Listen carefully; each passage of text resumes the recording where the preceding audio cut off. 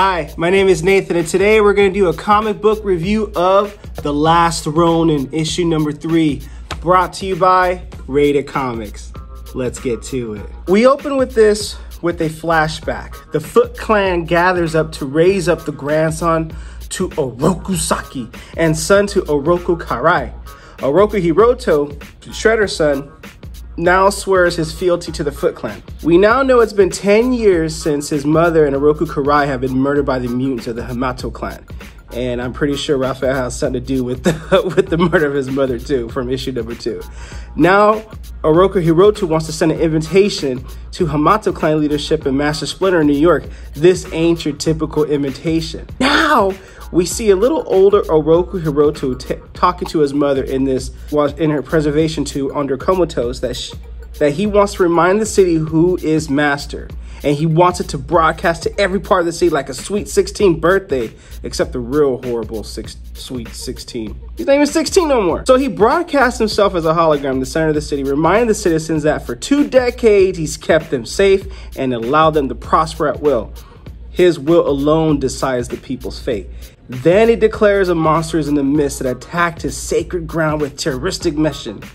Any crimes committed against him is punishable by death, and demands every no stone be unturned. So every house, every person's crevice, every person's hiding spot is gonna be searched. Until further notice, the city is under martial law. This is screwed up, man. Anyone who helps the fugitive, the monster, will suffer a fate far worse than the fugitive. That's heavy, bro. In the underground, there's Mikey. He's reading Casey Marie's journal, impressed how she's book smart and street smart despite being just a kid. The Earl Turtles, Mikey's brothers, despite being dead as a way of being haunted by their ghost or spirit, but not in a scary way, but just in conversation, start talking to him. He's talking to his dead brothers about Casey Marie, April's daughter, about helping fight Hiroto. They debate about it and speak of the devil. Casey Marie enters the room, sarcastically asking Mikey if it's a ninja thing to talk to themselves in the dark. Casey Marie tells Mikey that her mom wants to see him and she's going to check on her crew. Reading the dialogue between Casey and Mikey, Casey's got some spice to her, man. I like her. Mike comments she's too young to be that old. Mikey sees April in the lab and she has the head of a Fugitoid which the past gets revisited. Fugitoid is preparing a flight, and Fugitoid explains to Donatello, disable the cloak as you get over the ocean to preserve the electrical charge before their flight. Splinter explains to Leonardo and Raphael that the strikers cannot appear to be in aggressive posture in New York, while they engage in peace talks with the Foot Clan. Even though it's in question if the parlay is legit, Splinter has honor and hope. Perhaps it could come time to finally close the book. So this peace treaty, okay, Splinter's given the benefit of the doubt. Splinter also adds that predecessors have honored many ancient traditions despite the clan's beef with one another. Oroku Hiroto is respectfully asking, so Splinter is respectfully obliging in good faith. But Splinter does add that our guard cannot be let down. Donatello and Splinter take off in the flight. Strike Team gets ready to bust a move on Honeycomb since he no longer can hide behind the mutants. Strike Team awaits orders, and his instruction is that the robot must remain intact. Strike Team asks for some drones up to top to make sure they're covered. Boom! Strike Team gets attacked by the Foot Clan. And what the freak kind of moment is this? It's like, I'm trying to get mine, and you guys are trying to get yours, but don't take us out. An all-out war breaks out. Mission was compromised. That's damn quick, yo. Leonardo is told that the sewer defenses have been compromised by the Foot Clan. Leo instructs to lock down the outer doors and take position to have every access point covered. Leonardo calls to ask for Casey's location. Casey's in a hangar with Mikey. They grab April and Honeycutt and get ready to head to Leo's way. They get ambushed by the Foot Clan. Boom, son! Turns out the second wave of Foot Clans look heavily armored and all hell breaks loose. They're getting attacked from every entryway. Fugitoid realizes this is Stockman's doing. He's found a way to track him. Casey gets with Leonardo and decides to take on the new and improved armored Foot Clan with his hockey stick. Turns out it was a terrible freaking mistake as it broke his hockey stick like nothing. This battle's getting insane and Stockman sends the entire drones to get that Fugitoid. I want my Fugitoid. Grab me that Fugitoid. Oh, Casey tries to fight the Foot Clan robot with a cricket stick instead. Turns out that ain't gonna work, bruh.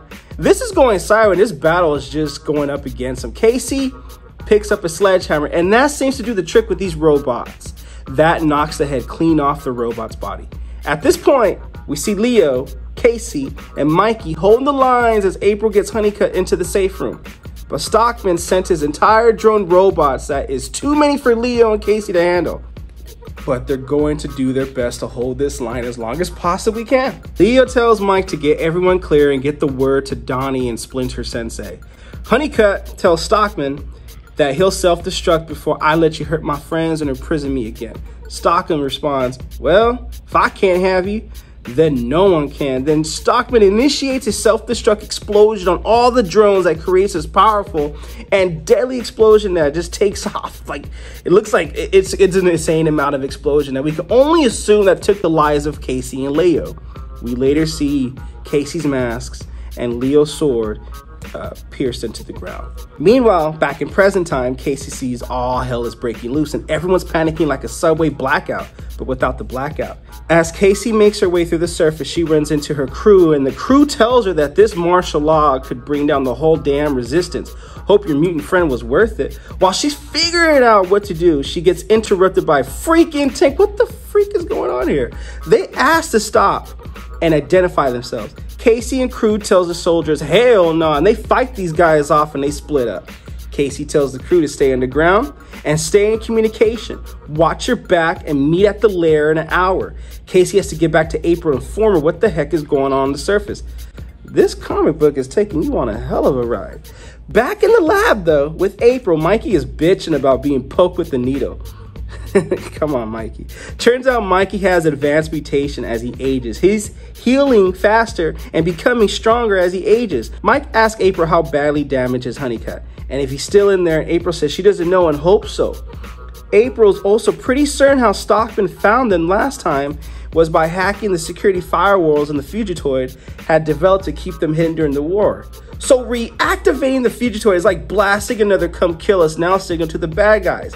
Mikey asks after the explosion, how did he end up here? April has a flashback, and this book is starting to get real juicy with the character building and these character moments. After the explosion, when the smoke cleared, a rescue team pulled her out of the rubble. She woke up a week later to find out that her husband and friends died in that explosion. And surprise, she was pregnant. Oh man. She stayed in the hospital for a long time and she didn't know what was harder, the physical or the mental therapy. When April was finally discharged, she had a shiny new arm and leg and baby to go along with them. Things were so bad in the city from Hiroto and the Foot Clan taking over that she moved down to the lair, or more like hid because it was okay. She has to protect her baby, man. I mean, what do you expect? Present time, Mikey asked April how she got Fugitoid's head. She said some of Leo and Casey's strike team who weren't killed in the battle recovered it. Mikey asked where are those guys now? April tells him most of them died during fighting Hiroto's forces when he took over. The few that are left commanding underground resistance units in other parts of the city. April tells Mikey that Casey Marie shared with her about Mikey's training in Asia and Europe. Mikey's memory is foggy, and his flashback is the explosion knocked him back halfway across the neighborhood and unconscious. He doesn't have any clue how long he was out. Mikey went to the store and figured everyone was gone, so there was no way no one could have survived that explosion. Still hazy and not thinking clearly, Mikey found his way into the sewers and into the lair. He tried calling Donnie and Splinter to warn him. Nothing. He was desperate, wanting to save him. So he grabbed some weapons and other stuff and hopped on a stowaway plane to Japan in hopes of reaching them. This is an amazing freaking book. And all these events, I can see how this hardened up Mikey. Mikey didn't know what else to do. April consoles him and tells him, Mikey, it's not your fault, so don't put it on you like that. Don't bring all that weight on yourself. April said they called it Survivor's Guilt, and she had plenty of it after the explosion. It took a while, but lots of therapy and tears to accept that nothing she could have done to help change anything. I mean, it's tough to fathom, but I totally get it. April then tells Mikey she thinks she knows how to beat Hiroto.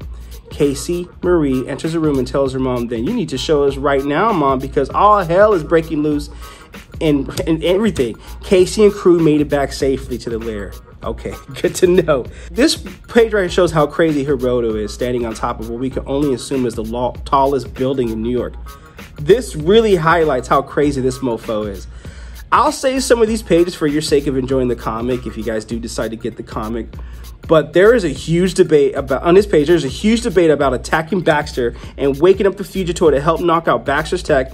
This is a very intense and desperate argument here between April, Mikey, and Casey Jones. Not to mention, Mikey views Casey Jones as a kid, and she is a kid, and he doesn't want to involve her in this battle. Let's not forget that the Turtles were teenagers when they received their training. Not to say Mikey has a point or the teenagers need to be in this kind of battle. This story highlights a situation that is high risk, desperate, and all parties need to have all hands on deck. Hope I explained myself. What April shows Mikey, Donnie would definitely approve and probably turn himself on when he sees this stuff.